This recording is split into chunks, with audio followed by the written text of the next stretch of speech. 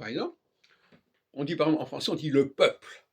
Le peuple, pour prononcer le mot peuple, eh ben, il faut être très formé.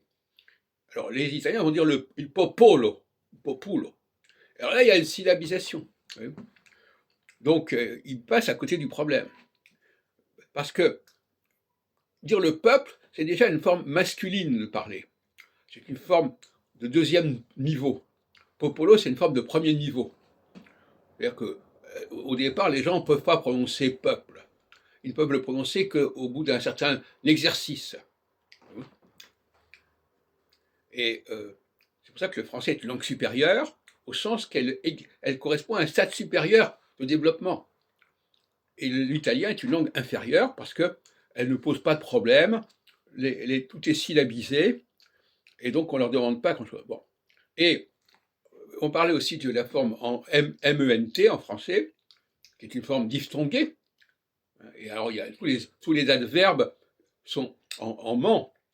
Hein. Étonnement, je ne sais pas dire, mais c'est ment, joliment, etc. Et si on ne sait pas prononcer le ment, on fait comme les Anglais, on va, au lieu de dire parlement, ils disent parliament.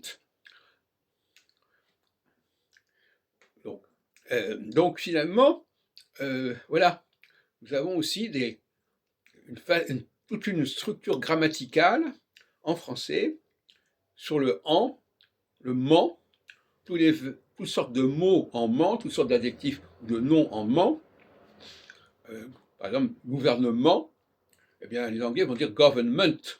Ils vont sauter, ils vont éviter la diphtongue. En fin de compte, les Anglais évitent à la fois la concentration des voyelles et la concentration des consonnes. Et donc, c'est une langue inférieure à ce niveau-là, parce qu'elle n'arrive pas à accéder à ce niveau.